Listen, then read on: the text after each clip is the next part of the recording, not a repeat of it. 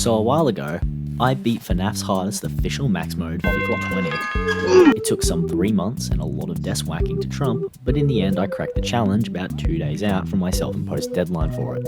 However, despite what people who aren't overtly familiar with FNAF's crazy fan game scene might think, 5020 isn't actually the hardest challenge FNAF has to offer.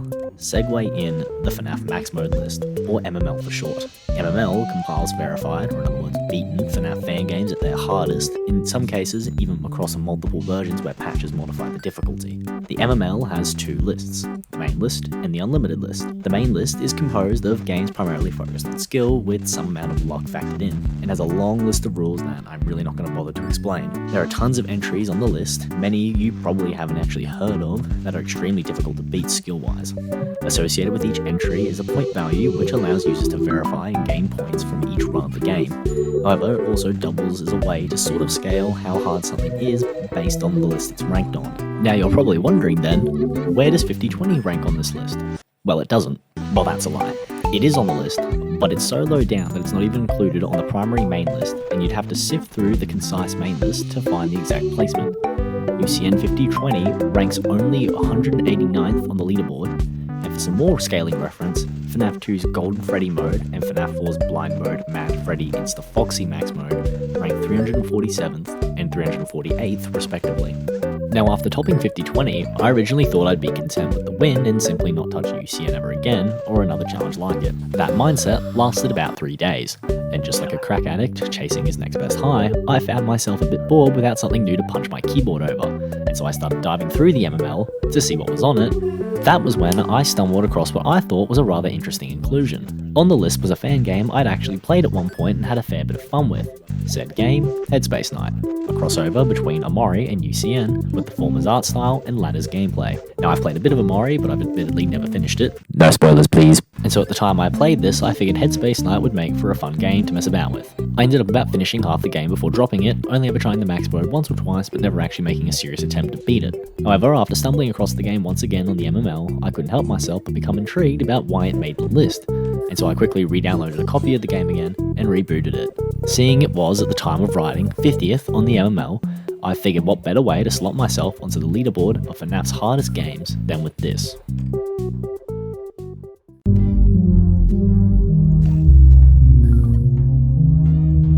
Now before I start flapping my gums about my experience with Headspace Night's max mode, I think it best to start with an explanation of the game. These upcoming chapters in this part will cover the game's basics progressional system, universal mechanics, and individual character AIs. It'll be a bit meaty, and so if you're uninterested in any of that and just want to go straight to the max mode strategy of completion, feel free to skip ahead to the timestamp on screen or a later chapter in the video. Each night in the game lasts exactly 4 minutes, a bit shorter than Ultimate Custom Night's 4.5 minutes per night. The office itself is very simple, with a door on either side which you can close with a left click. You also have a camera system allowing you to look between 8 separate cameras, them being the East and West Vast Forests, the Firefly Forest, the Orange Oasis, Sweetheart's Castle, Otherworld, the Junkyard, and Deep Well. You yourself are positioned right between the West and East Vast Forest. Furthermore, by right-clicking in the office, you can also spray a pepper spray, which is an interesting mechanic, I guess. Now with the universal basics covered, time for the characters. Headspace Night has a roster of 18 characters in total that I'll go over here. I'll cover each one in depth and go over specific information when beating the max mode. I'll say here too that much of this information comes from both personal experience with the max mode and an excellent breakdown provided by YouTuber Strike in his video here, which I also recommend for those looking at toppling Headspace Night. Ultimately, don't take my word as gospel on all the following information, as I may yet be wrong on certain elements. Unlike my discussion of mechanical elements regarding UCN, I don't have access to information discovered by decompiling game files. I can only assume Strike knows what he does with inside knowledge of the game's mechanics, which I figure would be from having looked at the game's code, but I cannot say for certain. Just want to give credit where it's due, since he informed a lot of what I needed to know walking into this challenge.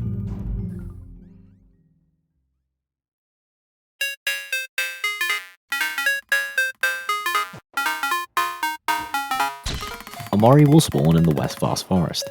He will wait there until you either shut the left door on him or his kill timer expires. If you shut the door on him, he will slash it 3 times before leaving. Should you open the door while Amori is still slashing, you will die. Additionally, if his kill timer runs out and the left door isn't closed, you die. On 20 AI, Omori will spawn every 19 to 20.33 seconds and give you 12 seconds before his kill timer runs out. Omori is also one of the characters who has an early force spawn, which on 20 AI will occur around the 9-second mark. After he is cleared, he will begin spawning on his 19 to 20.33 second intervals again. For every character, their respawn intervals will begin counting down once they leave, not once they spawn. This does make certain behaviours in this game a bit different to the typical movement interval system of other FNAF games, which has X character attempt to move on Y time interval exactly. Headspace Aubrey will spawn in the office and give you a short time to pepper spray her in order to remove her. On 20 AI, she will spawn every 8.33 seconds to 9.16 seconds and give you 4 seconds of time to react. Failure to spray Aubrey in time will result in death. Headspace Kel will appear in either the Orange Oasis, the Junkyard, or East Vast Forest. Simply clicking on him will make him leave. Failure to click Headspace Kel in time will result in death. On 20 AI, he will spawn every 20 to 21.66 seconds and give you 14 seconds to clear him. Furthermore, like Omori, Headspace Kel will be force spawned early in the night, happening around the 4.5 second mark on 20 AI. Headspace Hero will be present in either Sweetheart's Castle or Deep Well.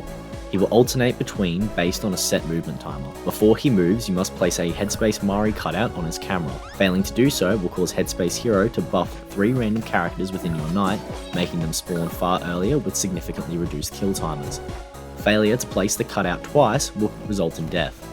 On 20 AI, Headspace Hero will take 18 to 20 seconds to move. Additionally, he will also be forced to move early in the night, switching place around the 10-second mark on 20 AI. Like Omori and Kel, he will resume his typical movement intervals after this forced movement. Headspace Mari will have set up her picnic in your office when you start the night. Eventually, she will ask you to collect a certain fruit for her on one of the cameras. Whichever camera the fruit will be in will be completely random, and by clicking on it, she will be satiated until she needs another fruit. On 20 AI, Headspace Mari will ask for fruit every 25 to 26 seconds and give you a total of 20 seconds to find it. On 20 AI, Headspace Mari will be forcefully activated around the 11 or 12 second mark. Failure to collect her fruits before the end of her kill timer will result in death. Headspace Basil will roam between the West and East Vast Forest and eventually get lost within your office. Clicking on him will send him back to the forest. Basil will also be forced into the office early within the night. On 20 AI, this will happen at the same time as Headspace Kel's activation, around the 4.5 second mark. Additionally, on 20 AI, Headspace Basil will enter the office every 19 to 20 seconds roughly and give you 12 seconds to react. Sunny will spawn in either the West or East Vast Forest. Once spotted, he will visually move and slide off camera before attacking the matching side door with his knife. Closing the door will keep him out. On 20 AI, Sunny will respawn every 29 to 32.33 seconds and give you 12 seconds to spot him at the cameras. If you don't see him in this time, you'll die should the matching door not be closed. Unlike Omori, who can be prompted to attack without looking at him, Sunny will not strike until seen. Once spotted, Sunny will then have a separate timer for you to close the door. This timer is significantly shorter, with only 5 seconds on 20 AI. Aubrey will sprint into your office from either one of your doors. You'll hear her footsteps well before her arrival rapidly approaching. Once inside, you will have to pepper spray her to force her out. Shutting the door on her will cause her to stand and pound on it until either the door breaks or you open it, from which she will then charge into the office like usual. On 20 AI, Aubrey will respawn every 18.33 to 20.66 seconds and give you about 3 to 4 seconds to react upon arrival. She will also be force spawned early, arriving around the 12-second mark on 20 AI. Kel will spawn in the office within the night and move around sporadically. To remove him, you need only spray him with the pepper spray like Aubrey. On 20 AI, he will spawn on 22.5 to 25 second intervals and give you 12 seconds to react. Hero will spawn in the East Vast Forest and move towards the door. Once gone from the forest, he will appear at the right door. Simply close the door to keep him out. You'll both hear him and see him hit the door on his way out. On 20 AI, Hero will usually attack around 30 second intervals, taking 24 to 27 seconds to respawn and move through his phases. On 20 AI, he will give you 11 seconds to close his respective door before his kill timer expires. Mari will, not joking here, fall down one of the flights of stairs on each side of the office. She'll be highly audible when falling down the stairs. Should the door be open when Mari finishes falling, she'll fall into the room and kill you there and then. If the door is closed, there'll be an audible thud and she'll be delayed until her next attack. On 20 AI, Mari will fall on 23 to 24.5 second intervals, and Mari will also be force spawned into the night around 7.5 seconds on 20 AI. Basil will appear within the office and attempt to take a photo of you. If he succeeds, you will die to him. To prevent him from snapping said photo, all you have to do is shake by moving your mouse side to side while out of the cameras. Eventually, he will grow visibly unhappy and leave. On 20 AI, Basil will spawn on 30 to 33 second intervals and give you 4 seconds to shake. Additionally, on 20 AI, he seems to spawn early, somewhere after the 20-second mark. Something will spawn in one of 4 cameras, either the West Blast Forest, the Junkyard, Firefly Forest, or Deep Well. An icon will appear over whichever camera they are in. To get rid of them, you need only click on them in the camera. Failure to click on them within their kill timer will result in death. On 20 AI, something will spawn on 22 to 23.83 second intervals and allow 20 seconds of time to remove them before you die. Additionally, something will also be force spawned around the 8-second mark right after Mari. Miwo is more or less this game's marionette in functionality. They reside in the center of the office and have a bar which will drain over time. Allowing the bar to empty will result in death. To prevent this, all you have to do is hold down the left mouse button on the refill button. This will fill the bar up in its entirety. Who would have thought? Filling the bar only takes 1 second to complete. On 20 AI, Miwo will take 29.6 seconds to fully drain. Captain Spaceboy resides in Otherworld, where his mixtape will be playing to keep him calm. Eventually, however, his mixtape will stop playing and you will need to reset it in order to keep him from killing you. The mixtape will be in Otherworld with him, and like Miwo, you need only hold the left mouse button on it for 1 second to reset it. On 20 AI, Spaceboy will take 19 to 19.83 seconds for his mixtape to stop, and he will give you 13.5 seconds to react. Sweetheart will appear in her castle at the top of the map. She will simply require you to look at her in order to satisfy her and make her leave. Failure to do so will end in her killing you. On 20 AI, Sweetheart will spawn on 20 to 22.66 second intervals and allow 12 seconds of time for you to begin watching her camera. She is also force spawned on or around the 15-second mark. Jawson resides in Deep Well, where he will periodically require money. His check will appear in the office. To prevent him from killing you, all you need to do is click on the check to collect it, then click on him in Deep Well to hand it over. Not delivering the check to him on time will result in death. On 20 AI, Jawson will demand his payment on 27 to 30.33 second intervals, and you will be allotted 15 seconds to both collect and deliver his payment. Pluto will spawn in the office in front of you.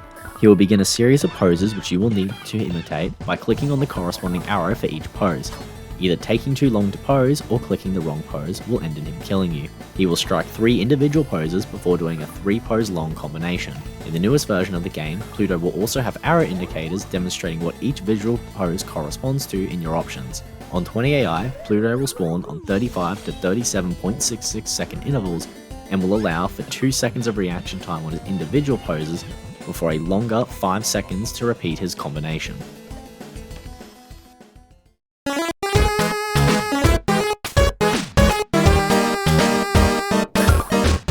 The other primary character-based mechanic I have failed to mention so far is stalling.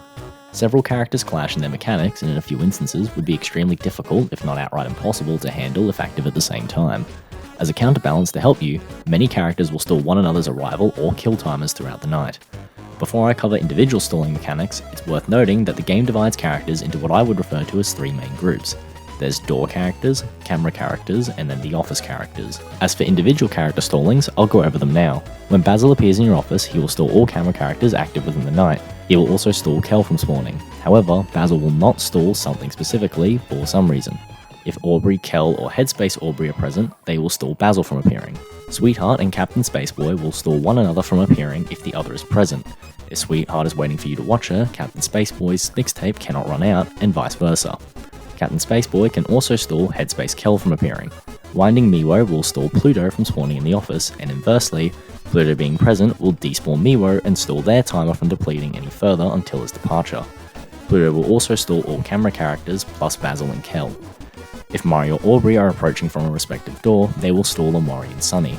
In the case of Amori, this simply means stalling his spawn until the next second that they exit the stairway. In the case of Sunny, he can still spawn, but he will be unable to attack you until whoever's in the hallway has exited. His 5-second kill timer after viewing will be held delayed until whoever's in the hallway has left. Mari and Aubrey will also stall one another's spawn. If Sunny is attacking the right door, Hero will stall his attack until Sunny finishes his slash. Inversely, if Hero is already waiting at the door to attack when Sunny is spotted, Sunny will have his slash stalled until Hero finishes.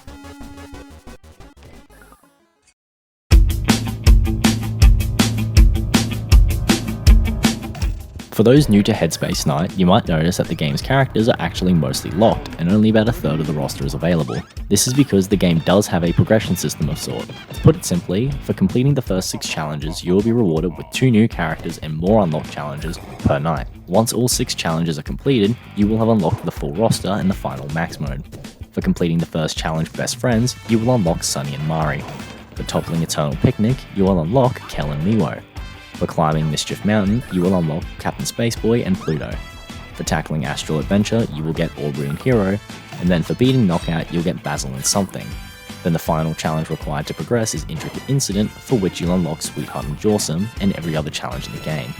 It is entirely optional as to whether or not you want to tackle the other challenges first, or just go straight into the max mode, but either is a valid approach. I went through a bunch of these challenges before coming back to topple the max mode personally a while later. However, I would recommend that you do this first, especially with characters you find harder to deal with, so that you can begin building muscle memory and reaction time to handle the max mode, but it is not in fact a necessity by any means.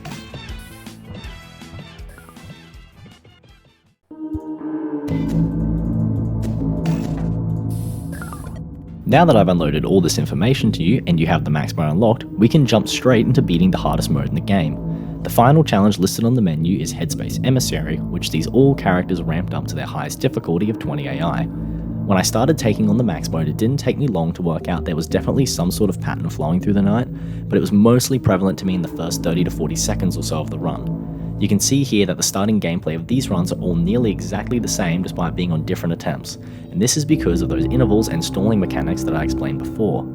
After a few days of playing Headspace Emissary on and off and not really seeing much progress, I decided to try and plot out key timings from what I knew and the ones I'd observed in order to form a visual timeline of what happens when. This gave birth to this graph right here. Now I know this looks like a lot, but it really isn't. The plot is complete up to about the 60-second mark, but you really only need to view until the 70 or so to understand what a quote-unquote cycle of Headspace Night looks like. In fact, I went as far as to simplify it further into a chart that you're going to see shortly.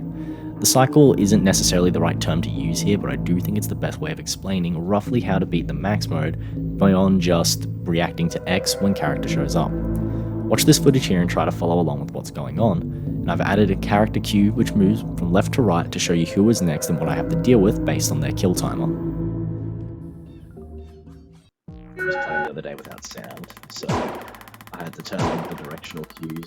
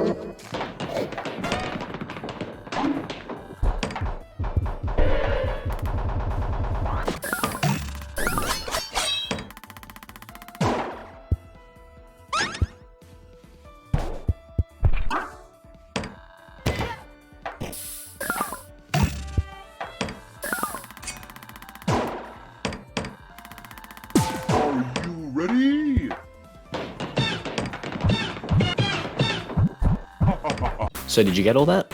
Probably you did, but it's one thing to watch it and another to play it. In order to follow along, our handy little chart is going to come in. Like I said earlier, nearly every run in the game starts the same, and across all of them, many things are going to happen at similar times. After playing enough, you're going to begin keeping a mental track almost subconsciously of when things are due to occur, and this chart won't become as prevalent in your mind when running the game. This map here will help you get through the first minute and a half or so of the night, and should help you learn how to group actions together to deal with them. At the beginning of the night, you can spend the first 3 to 4 seconds recharging Miwo's timer as nothing will be active. Then at the 4.5 second mark, Headspace Kel is going to spawn. We're going to deal with him immediately before clearing Headspace Basil from the office, who will have been forced in at this time.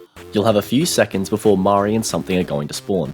You can shut Mari's door before quickly locating Something on the cameras. Headspace Mari will have also spawned somewhere in this time. Simultaneously, keep an ear out for whether or not Aubrey has spawned on the left or right door. If she's on the right, close the left door now to clear Amari.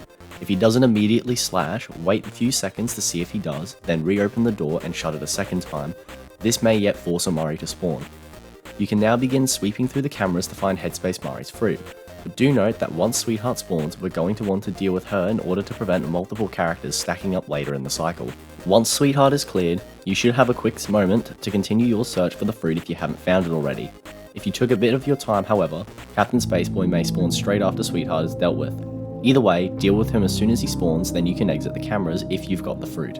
Basil will be due to arrive around the 22 to 24 second mark, depending on whether or not you've cleared Kel, who is likely to also spawn around this time. Deal with Basil and then close the right door on the 30-second mark in order to clear Hero, who should have arrived at this time. You're going to want to ingrain this rule into your head while playing, as with so much going on it can be easy to forget about him. If Mari and Aubrey happen to spawn a bit earlier than expected here, wait until everyone is out of the right door before clearing it.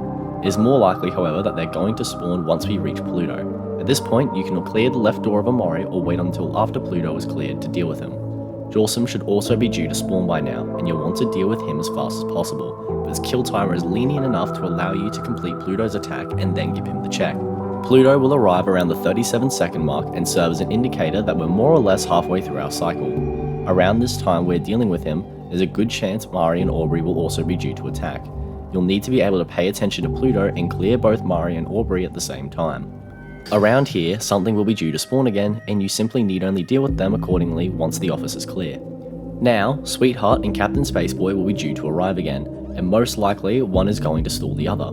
There's no way to tell who's going to come first here, so we're just going to have to pay attention for their respective sound and visual cues. A teal flash combined with the sound of a stop button on the tape player will indicate Captain Spaceboy has spawned, and a red flash with a cartoon laughing will indicate Sweetheart. Try to deal with them back to back, as it's pretty easy to forget about one if you've just dealt with the other and have moved on to something else. Headspace Mari will also be asking for a fruit again around this time, and you're going to want to deal with her in the same fashion as earlier. After this, Headspace Kel will be likely to spawn. Check his spawn locations and clear him, making sure to check the east and west vast forests as well. Sunny will be due to arrive any time now, and we're going to trigger his attack so we can clear him now. There's a good chance that you'll be approaching the 1 minute interval, and so if Hero was at this final state in the camera when Sunny left, there's a good chance he's going to be in his kill state after Sunny moves. You should leave the door shut, but it's probably better to open it, then check again in a few seconds, then at the 30-second interval or as it approaches, clear him. Now, Basil and Jawsome will be coming back, and we're going to quickly clear Basil before delivering Jawsome's money. There's a good chance that Aubrey and Mari spawn before or after this, but either way, you can simply switch what you deal with first in order to react accordingly. Remember, this cycle is a bit loose due to random spawn times, and so a definitive guide can't really exist that guarantees every single event throughout the night.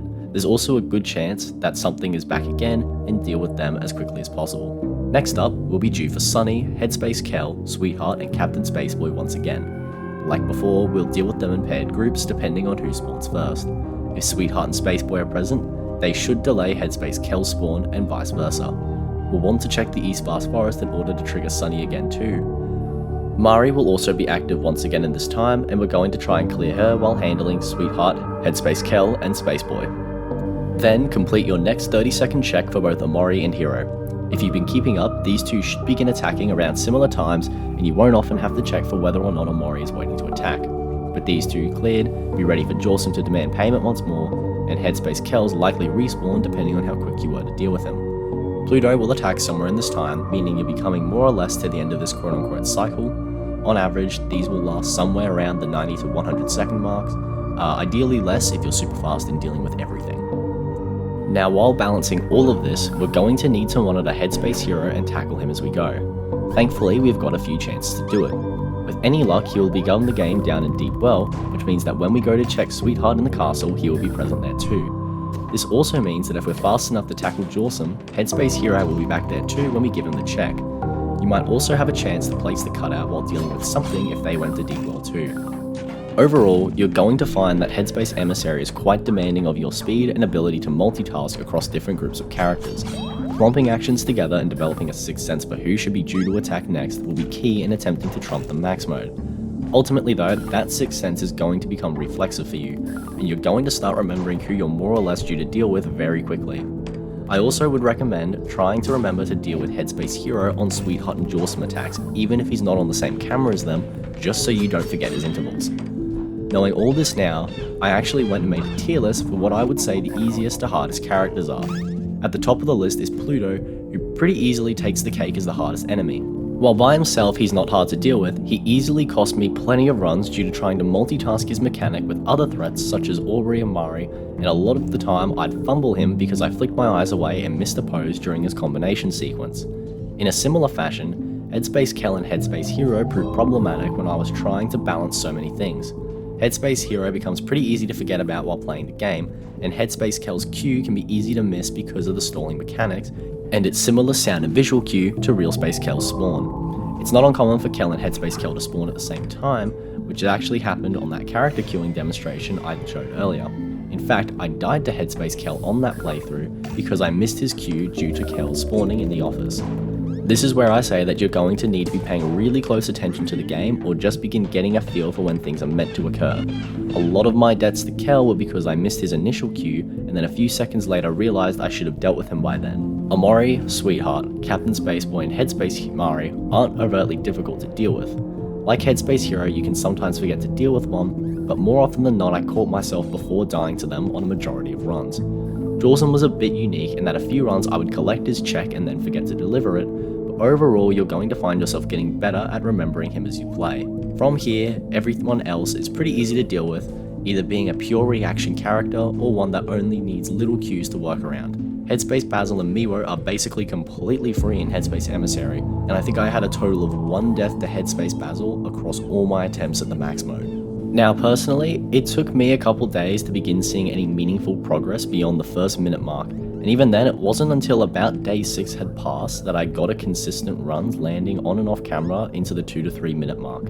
I did get one run as far as 3 minutes and 46 seconds or so, but nerves got the better of me and ultimately I fumbled and threw the game to forgetting about Amori's attack timing when I cleared Hero from the right door. I never really kept any count of my attempts, and the game playtime can be a bit funny in trying to read, but all in all, I would say it took somewhere around a combined 8 hours before finally achieving my completion of the max mode. So here it is. Once more, I'll reiterate that while the strategy is helpful, most of your runs are going to be won by muscle memory at the start and then reflexive reactionary actions combined with the sixth sense power that I described at the end.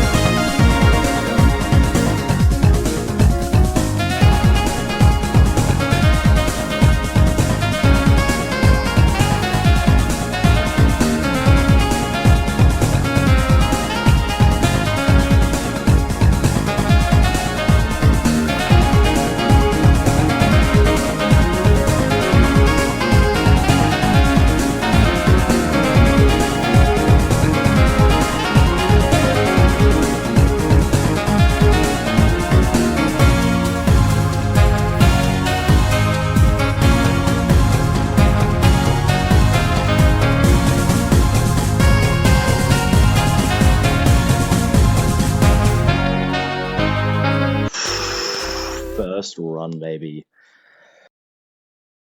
So that's it, I guess, then. Max mode done, game closed, time for the next challenge or game to play. Well, I'm sure you moved your mouse at some point and realized that this video is not in fact done. So no, there's clearly more to do, but what is it? Well, I've lied to you. You see, Headspace Emissary is a max mode technically, but it's not the max mode. Sure, Headspace Emissary is a max mode where every character is turned on to their maximum difficulty, like UCN 5020 or FNAF 1 and 2's 420 and 1020 respectively, but it's not the true max mode. Much like FNAF 4, there are extra challenges we can switch on to make things far more difficult on ourselves.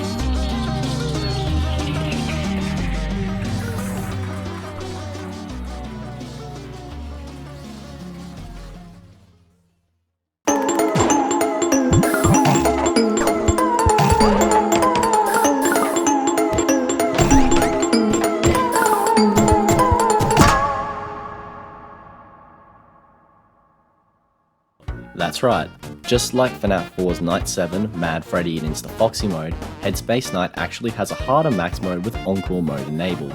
This new mode is named My Time. My Time, and Encore mode in general, turns the heat up to 11 with a slew of unique character pops for every single character. I'll cover every single change now.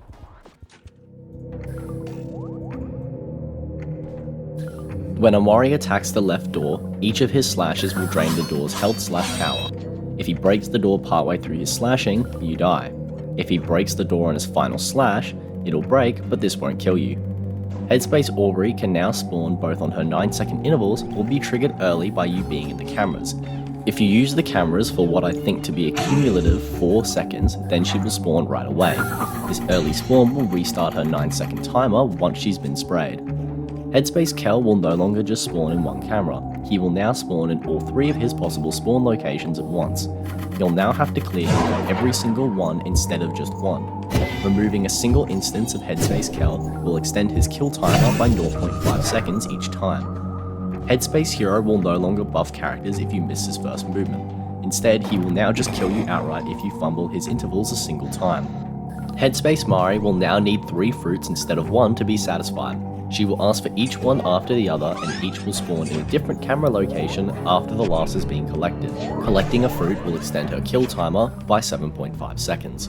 Headspace Basil will no longer be visible on the cameras. Instead, you'll just have to monitor the office for when he gets lost in it.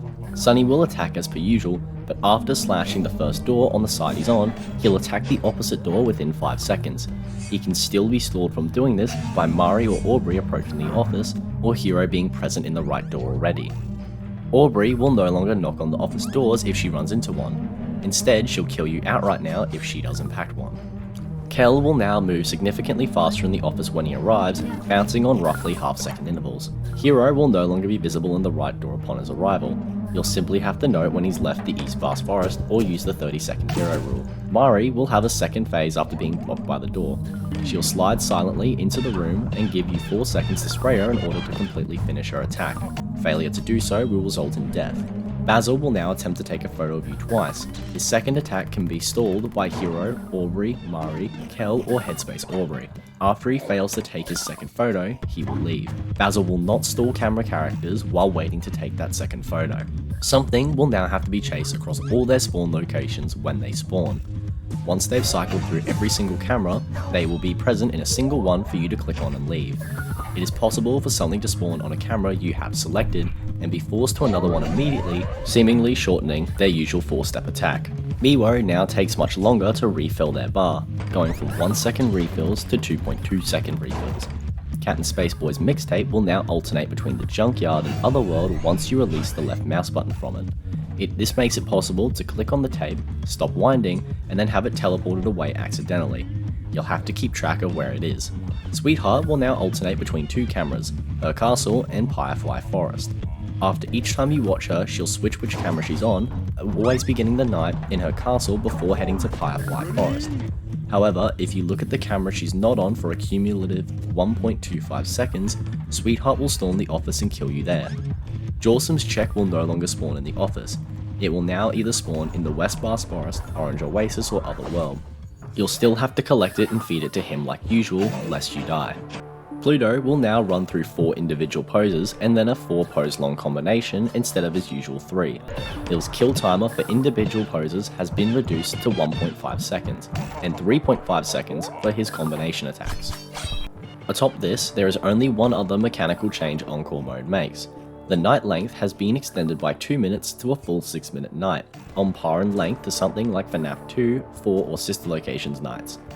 This single change means we're going to be under the stress test that is the true max mode for much longer. Overall, the strategy walking into the new max mode isn't necessarily much different, it's just a far tighter run overall.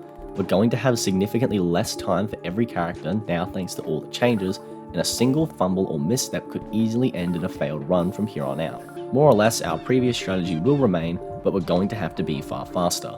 The only other changes I've made going into the new max mode is that I've both muted the music that plays throughout the night and I've turned off visual effects.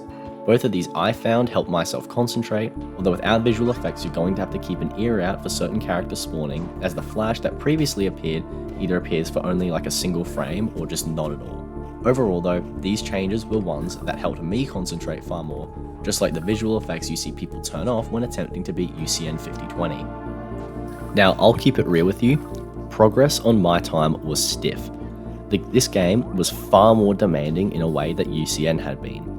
UCN is a game with 30 to 40 seconds of fast-paced gameplay, followed by 4 minutes or so of waiting for the night to end. My time is 6 minutes of all fast-paced, pure skill gameplay until night's end. This single change is why my time is such a harder game to play. There's no traditional FNAF style stalling, little to no RNG, and no abusing mechanics or specific game design to our advantage. My first day of properly running my time saw no major progress beyond a personal best of a minute 43.19. Sure, this was a pretty good score to manage out the gate, but it was the result of a complete fluke and not any massively skill-based performance. In fact, the day consisted primarily of 40-second runs, with maybe a few making it as far as the minute mark. The hardest element to adjust to out of the gate was how much tighter the margins of error in my time were compared to Headspace Emissary. This max mode makes Headspace Emissary look like the bloody tutorial of the game, because you can still cognitively overload on information, but your window of opportunity is far more lenient compared to my time. No characters have had their kill timers reduced, excluding Pluto, and so the increased time to deal with them creates a far more punishing mode that allows only a tiny amount of error in your runs. Also, I'm going to get this out of my system now, Headspace Hero is a massive pain in the ass in this mode. Since Sweetheart is now switching cameras to Firefly Forest, our Headspace Hero checks now just don't happen unless we remember to do so, and taking too long to deal with Jawsome can incur the same result.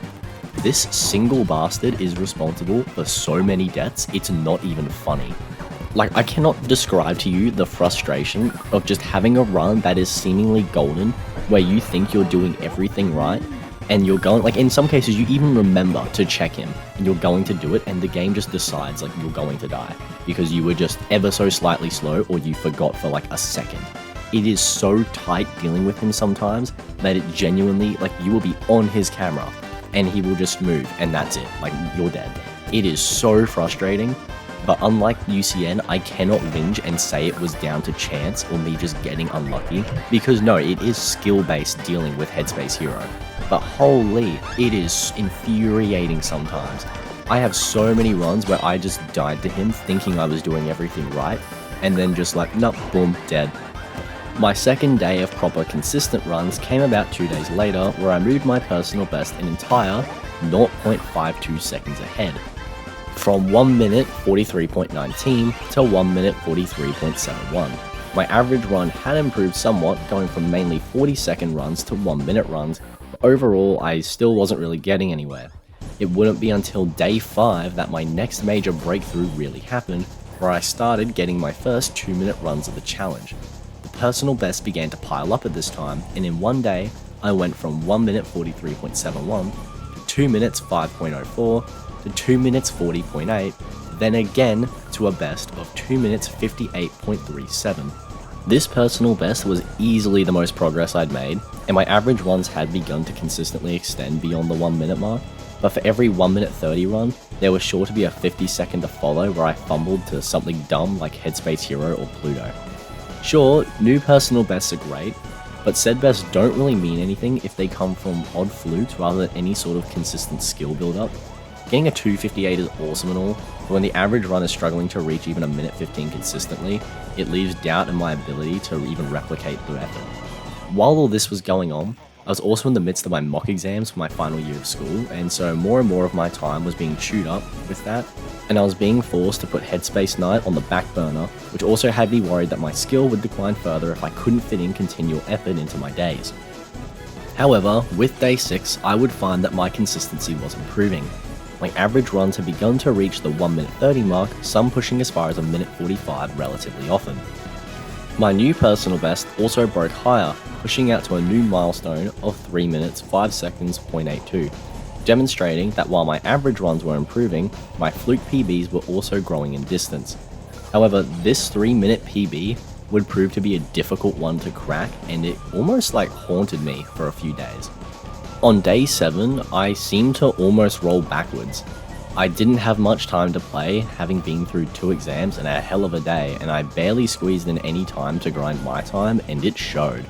I averaged runs of 45 seconds throughout most of the night I played, and my best run reached only just past 1 minute to 1 minute 22.15 seconds. Honestly, I was so fatigued and tired that it's no surprise in retrospect that my attempts were so bad. Day 8 wasn't much better, with most runs only averaging a minute in length, and only a few getting well into the 2-minute mark. At this time, I was honestly beginning to experience some serious burnout with the game, and my motivation to even run the mode was low while I was busy preparing myself for mocks in between. At this time, a break was probably the best thing I could have used, and something I didn't touch on in the 50-20 video is the stress that certain max modes can place onto you physically. 50-20 is a bit of a mess with your keyboard at times and can require some fast mouse movements, but overall, once the office stalling begins, you don't have to do too much for the remainder of the run's time.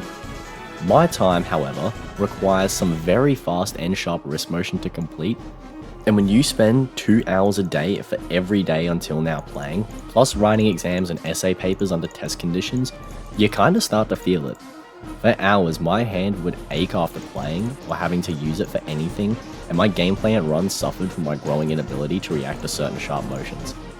Ultimately, I wouldn't play anything on day 9, being just so busy between study and my job that I didn't even have room to fit in a run at all.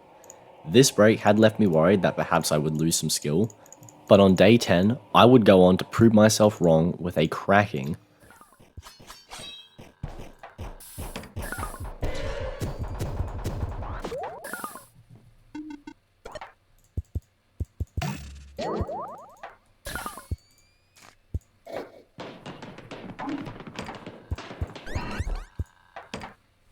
That's it.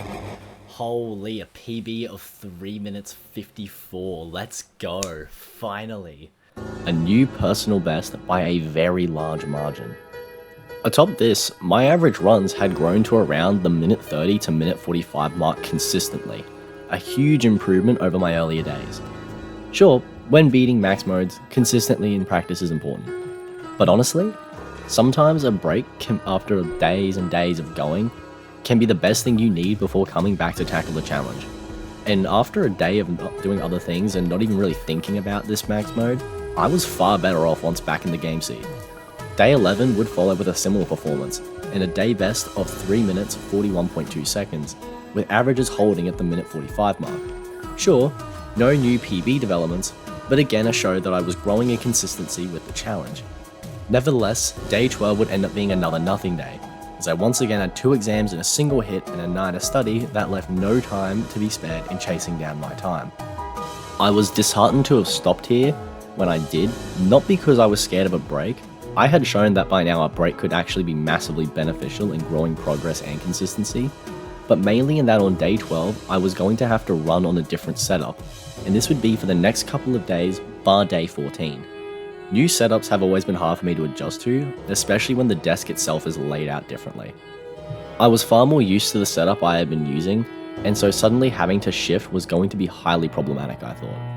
Ultimately though, I wasn't able to squeeze in any runs on day 12 and had to close it out knowing I would now have to use a different rig for the foreseeable future. Day 13 came and it was off to a rough start. My first few runs didn't even break the 1 minute mark, but soon enough, I was able to get my first 3 minute run since day 11, a substantial improvement in my time since then. I held an average of around 2 minutes to 2 minutes 10 for much of the day before suddenly,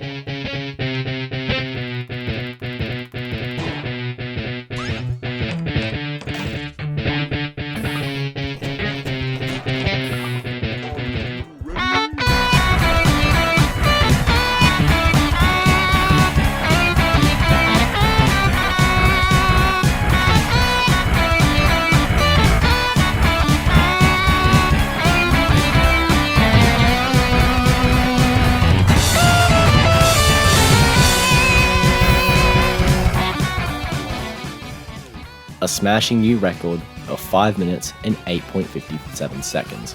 Ultimately, I folded here due to nerves of not only getting a new personal best, but jumping not just the 4-minute milestone, but also the 5-minute milestone in a single hit. My nerves in that moment were pretty fierce, and I could genuinely feel the blood pounding in my neck when I played this attempt, so much so that I actually stopped for the night because I couldn't continue without shaky hands. But this run single-handedly proved to me that I could do it. My time was no longer an impossibility, and it was now looking more and more like it would become an inevitability. My motivation and drive had started to dwindle, but this single streak had rejuvenated my effort for the game, and so going into day 14, I was ready for another grind. On the morning of day 14, I went and sat my Japanese exam, which drained me mentally for a bit. When I got home, I played some other games, hung out with my family, before eventually hopping on to my time once more. It took a while, but before long, I was beginning to see multiple runs into the late 2-minute mark, one even going as far as 4 minutes before a new PB at 5 minutes 35. This run left me with shaky hands once again and the need to take a break. Here, again, I ultimately folded due to nerves. But if I hadn't, this run could have gone the distance.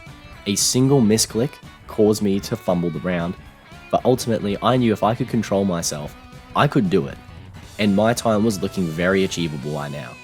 And so I stepped away for another hour, deciding I needed to calm my nerves should I attempt one last go.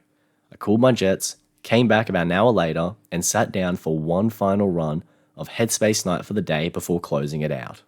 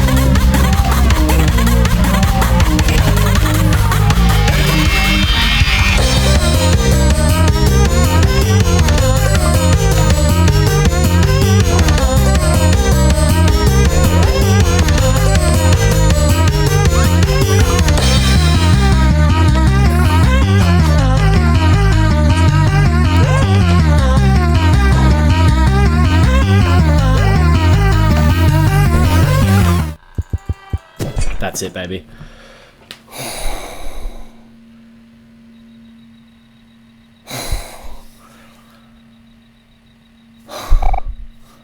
I can feel my heartbeat in my neck.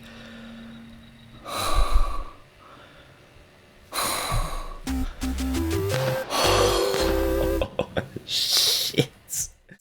My reaction to beating my time was far less bombastic than my 50-20 reaction. But honestly, this one was far more cathartic. I don't think I can describe the nerves I felt in that final minute. When I saw that the time had ticked over to the 5-minute mark, making my third 5-minute run of the challenge, I knew that I could not trust myself to use the timer anymore in fear that seeing my progress would cause me to fold once again. For the last minute, I relied on nothing but my pure reactionary time and skill to secure a win, knowing no amount of premeditation was going to help if it would lead to me folding under the pressure. I don't think I can describe either the fear I had of potentially getting a death at 5:59. I'd had plenty of runs where I would die at a minute 59 mark due to characters like Headspace or even Real Space Hero, and the fear of something like that happening had me holding my breath for probably the last 40 seconds of the run while I desperately tried to make sure I'd covered all my bases before I closed out the night and finished the challenge. But with that, I had finally finished my time and I was done with this stupid, silly challenge and my self-imposed wrist torture. And finally, I could say Oyasumi to Headspace Night.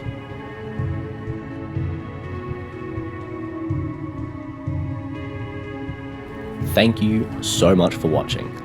This video was a far larger project than I could have anticipated, and the script, as of writing, is already over double the length of my 50/21 and has just continued to climb.